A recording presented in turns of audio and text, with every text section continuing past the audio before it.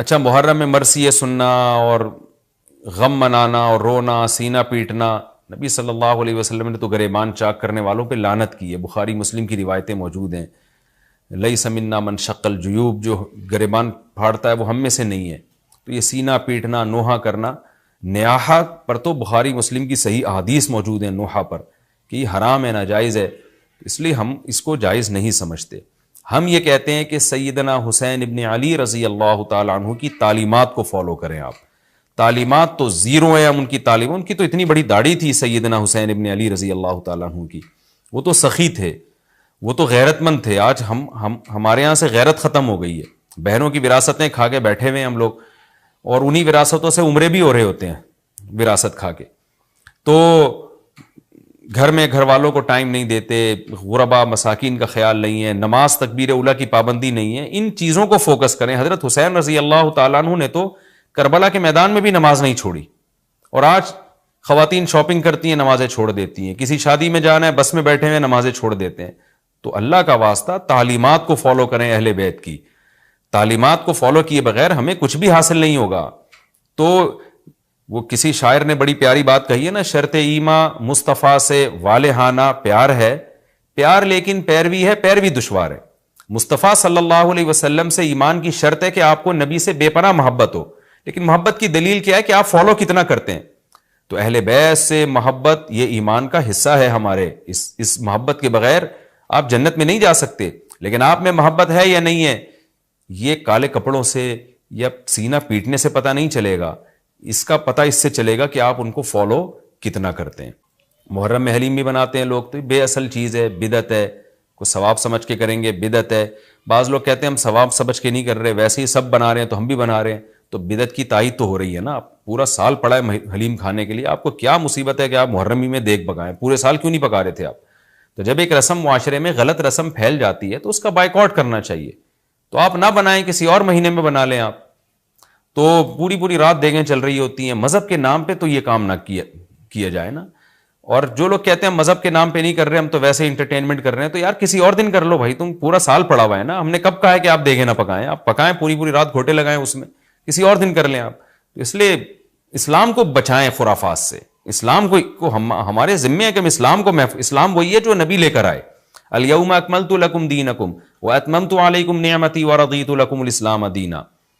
अल्लाह कहते हैं आज के दिन मैंने दीन मुकम्मल कर दिया। जब ये आयतें नबी पे नाजिल हो गई तो इसमें हलीम नहीं था, मुहर्रम का हलीम। तो दीन मुकम्मल हो चुका, उसको रहने दें आप। और फिर वही है कि जब आप रोज़ा रखेंगे तो हलीम खाएंगे किस वक्त? रात को आप खाएंगे तो रात को तो वैसे ही कम खाना चाहिए। सोने के लिए अल्लाह ने रात बनाई है, खाने पीने के लिए थोड़ी बनाई है रात। दिन में आपने रोज़ा रखना है, तो वो ये रोज़े से भी मैच नहीं कर रहा है जो हलीम है ना। तो इसलिए इससे इज्तिनाब करें, अवॉइड करें। जो गली के लौंडे लपाड़े बना रहे होते हैं उनको मोहब्बत से समझा दें, यार अगले दिन बना लो, बाज आ जाए ठीक है, नहीं तो फिर निकल लें आप पतली गली से, उलझे नहीं लोगों से। तो ये मुहर्रम के हवाले से कुछ बातें थी भाई। नबील भाई कोई बात रह तो नहीं गई है आपके जहन में हो तो बता दें, ताकि ये तो लोगों ने जो सवाल पूछे थे उसके जवाब तो मैंने दे दिया। आपके जहन में भी कोई सवाल हो ताकि टॉपिक कंप्लीट हो जाए। मुहर्रम में झाड़ू लगाना जायज़ है? झाड़ू से क्या होता है ये कह रहे हैं वो लोग, कहते हैं मुहर्रम में झाड़ू नहीं लगानी चाहिए। अच्छा जी, अब मैं आता हूं जी मुहर्रम में दस्तरखान वसी करना कैसा है। इस बारे में एक रिवायत है कि आशूरा के दिन जो अपने अहलो आयाल पर दस्तरखान वसी करेगा, उनको खिलाएगा, तो अल्लाह उसके रिज़्क़ में बरकत देंगे। ये रिवायत सनद के लिहाज से कमज़ोर है। बाज़ उलमा की राय यह है कि अगरचे कमज़ोर रिवायत है मगर फ़ज़ाइल में चलती है, तो कोई अच्छी नीयत से दस्तरखान वसी कर दे। वसी कर रहा है ना, कोई यतीम के मुंह से निवाला तो नहीं छीन रहा ना, खिला ही रहा है। तो अगर कोई घर वालों पे इस दिन अच्छा खिला देगा तो इसमें क्या हरज है। बाज़ उलमा की ये राय है, वो भी असहाब इल्म है।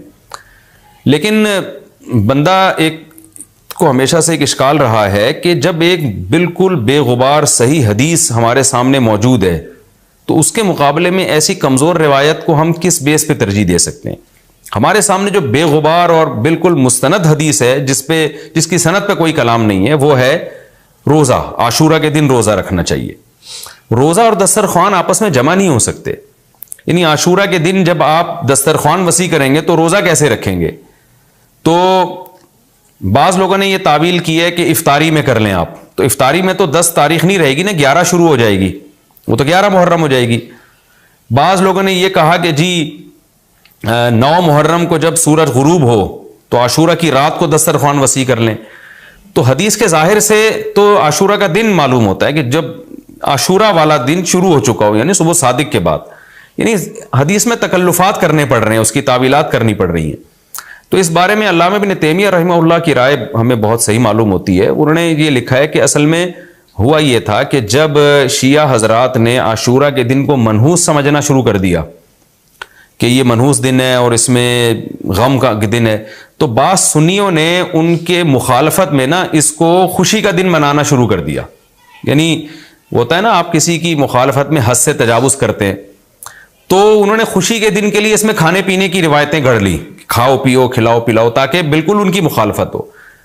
तो हकीकत यही मालूम होता है कि चूंकि सही हदीस में रोजे का तस्करा मिलता है और रोजा और खिलाना पिलाना जमा नहीं हो सकते।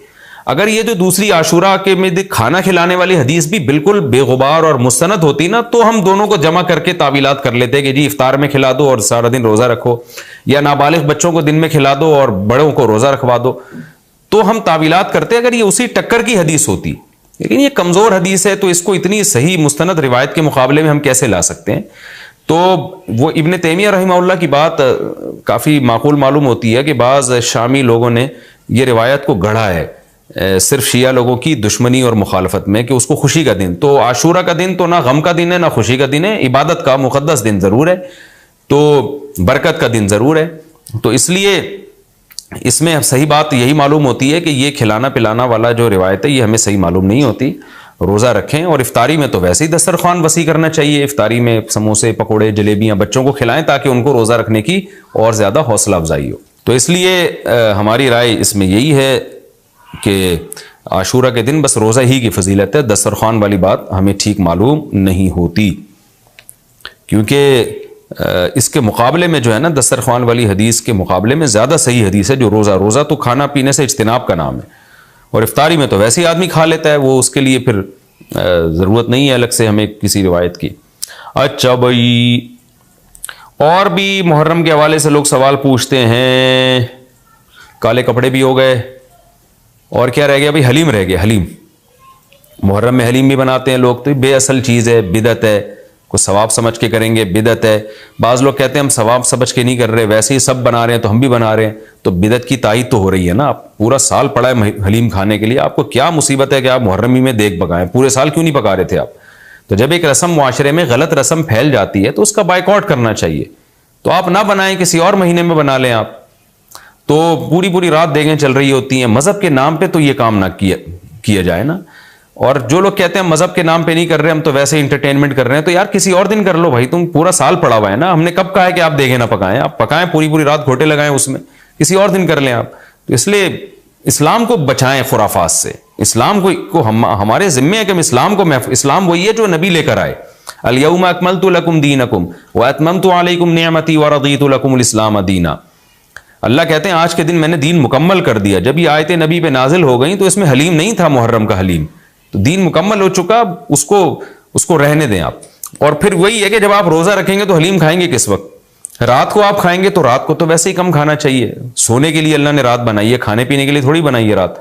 दिन में आपने रोज़ा रखना है, तो वो ये रोज़े से भी मैच नहीं कर रहा है ये जो हलीम है ना। तो इसलिए इससे इज्तिनाब करें, अवॉइड करें। जो गली के लौंडे लपाड़े बना रहे होते हैं उनको मोहब्बत से समझा दें, यार अगले दिन बना लो, बाज आ जाए ठीक है, नहीं तो फिर निकल लें आप पतली गली से, उलझे नहीं लोगों से। तो ये मुहर्रम के हवाले से कुछ बातें थी भाई। नबील भाई कोई बात रह तो नहीं गई है आपके जहन में हो तो बता दें, ताकि ये तो लोगों ने जो सवाल पूछे थे उसके जवाब तो मैंने दे दिया, आपके जहन में भी कोई सवाल हो ताकि टॉपिक कंप्लीट हो जाए। मुहर्रम में झाड़ू लगाना जायज़ है? झाड़ू से क्या होता है? ये कह रहे हैं, वो लोग कहते हैं मुहर्रम में झाड़ू नहीं लगानी चाहिए। अच्छा, मुहर्रम में मरसी सुनना और गम मनाना और रोना सीना पीटना, नबी सल्लल्लाहु अलैहि वसल्लम ने तो गरेबान चाक करने वालों पे लानत की है। बुखारी मुस्लिम की रिवायतें मौजूद हैं। लैसा मिन्ना मन शक्ल जुयूब, जो गरेबान फाड़ता है वो हम में से नहीं है। तो ये सीना पीटना, नोहा करना, न्याहा पर तो बुखारी मुस्लिम की सही अहादीस मौजूद है नोहा पर कि हराम है, नाजायज़ है। इसलिए हम इसको जायज़ नहीं समझते। हम ये कहते हैं कि सैयदना हुसैन इब्न अली रज़ी अल्लाह ताला अन्हु की तालीमात को फॉलो करें आप। तालीमात तो ज़ीरो है उनकी तालीम। उनकी तो इतनी बड़ी दाढ़ी थी सैयदना हुसैन इब्न अली रज़ी अल्लाह ताला अन्हु की, वो तो सखी थे। वो तो गैरतमंद थे। आज हम हमारे यहाँ से गैरत खत्म हो गई है। बहनों की विरासतें खा के बैठे हुए हैं हम लोग, और उन्हीं विरासतों से उम्रे भी हो रहे होते हैं विरासत खा के। तो घर में घर वालों को टाइम नहीं देते, गुरबा मसाकिन का ख्याल नहीं है, नमाज तकबीर उला की पाबंदी नहीं है। इन चीज़ों को फोकस करें। हज़रत हुसैन रज़ी अल्लाह तआला अन्हु ने तो करबला के मैदान में भी नमाज नहीं छोड़ी, और आज ख़वातीन शॉपिंग करती हैं, नमाजें छोड़ देती हैं। किसी शादी में जाना है, बस में बैठे हुए नमाजें छोड़ देते हैं। तो अल्लाह का वास्ता तालीमात को फॉलो करें, अहले बैत की तालीमात को फॉलो किए बगैर हमें कुछ भी हासिल नहीं होगा। तो वो किसी शायर ने बड़ी प्यारी बात कही है ना, शर्ते ईमा मुस्तफ़ा से वालेहाना प्यार है, प्यार लेकिन पैरवी है, पैरवी दुश्वार है।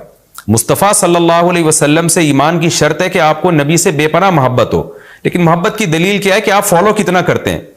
तो अहले बैत से मोहब्बत ये ईमान का हिस्सा है हमारे। इस मोहब्बत के बगैर आप जन्नत में नहीं जा सकते। लेकिन आप में मोहब्बत है या नहीं है, ये काले कपड़ों से या सीना पीटने से पता नहीं चलेगा। इसका पता इससे चलेगा कि आप उनको फॉलो कितना करते हैं।